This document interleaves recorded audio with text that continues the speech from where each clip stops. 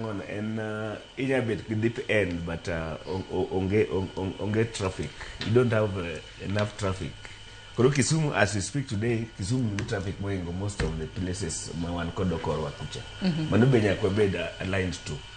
To kendo yuacho gimo kanyan ingen kose ger SGR. SGR will do both. It will do both goods and people transportation. Okwanyal ringi wachliel. Manager luo.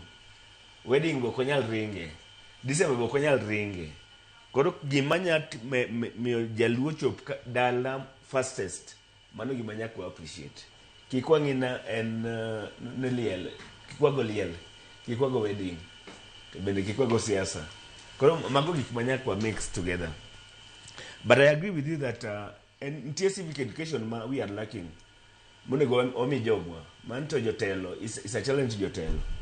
En opportunity mag mwan ka nyuola gikmanya timo akiwacho ngato nguto acres to chamo single price na Nairobi kani ten nguto acres dala kucha my ancestral and it's available mago gikmanya kwangi. And then also nyakwanyis jogwa kaka wanya harness opportunities mwan kodo sani gikma kata government timo gi ingen tie pingo government to bene ntie seche moko puonjo jogu kagi gima government timogo gin ginya benefit nadi ka jinya pingo gi to piny to dhi mbele to pay city bedo taxed, all your parents are being taxed, all your kids are being taxed, and everybody is being taxed. Wapenji gikma government timogi wanya puonjo jogwa mondo wati kodgi mondo wane ka jogwa nya dhi mbele rather than pingo. Ng'en pingo to yot tapasa ni jaluo tapar ose olgu pingo matin kejo ose pingo nyaka nene kosa nyakwa ngien gima government wan wanya donje nadi kokela fadu ba housing jogwa nya donje nadi nyathini mane manya donjo kanyo mama unya donji gino koro nyakwa ngien government ni gik matimrego inya pingo to gidhi mbele koka gidhi mbele to jogwa nya donje nadi mane gima nyaka bed very important mane gima nyakwa ngi nikech king'iyo sani kati wacho no girene super highway ne mana manyaka Thika, but if you go to Nyeri no los ndache kate no los gi chon jaluo ke sirkal lakini osechako nge sirkal nyakwa nge sirkal berbe de sirkal nikech ineno I think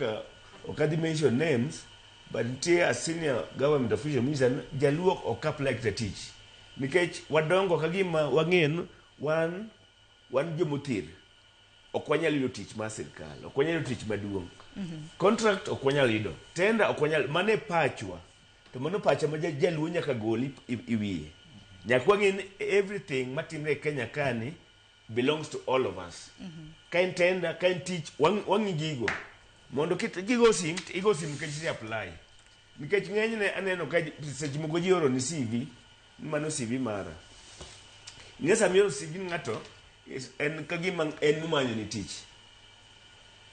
in wachi aneno tich land nitie tich kacha ase apply bende nitie sim minya goyo bende nitie kinya konya otherwise kain CV kita 500 inbox mari WhatsApp mari it's like in michiew mondo chak manyo ji tich donge koro manyi tich then gon Zed sim gon Mheshimiwa sim gon Eric sim ni gicha se apply bende in kod connection kanyo bende nitie kaka wanya yude rather than oro CV is good lakini nyakingi opportunity koro jaluo nyaka bed ng'ama koro work means ni karo ing'iyo gini ki in to koro sani opportunities mabende biro bedo kata mnaka wuok e gedo mar Ronimo Summit kanyakla kod gachokolo bende nyaka koro wang'e sani kinde ma koro ing'iyo ge nikech gedo mano mar gachokolo bende nwasing'isi nyaka koro Gajwang' nosechako kanyo e dwe mar 7 mabende wantiere ne gedo makamano igeno ni biro bedo katieko thuolo mano mar higni 2 to bende wang'e bende gedo mar Ronimo Summit nyaka koro Gajwang' mabende igeno ni biro bedo karumo kapok yiero ochopo mano yiero maduong' opportunities mage mabende nitiere mabende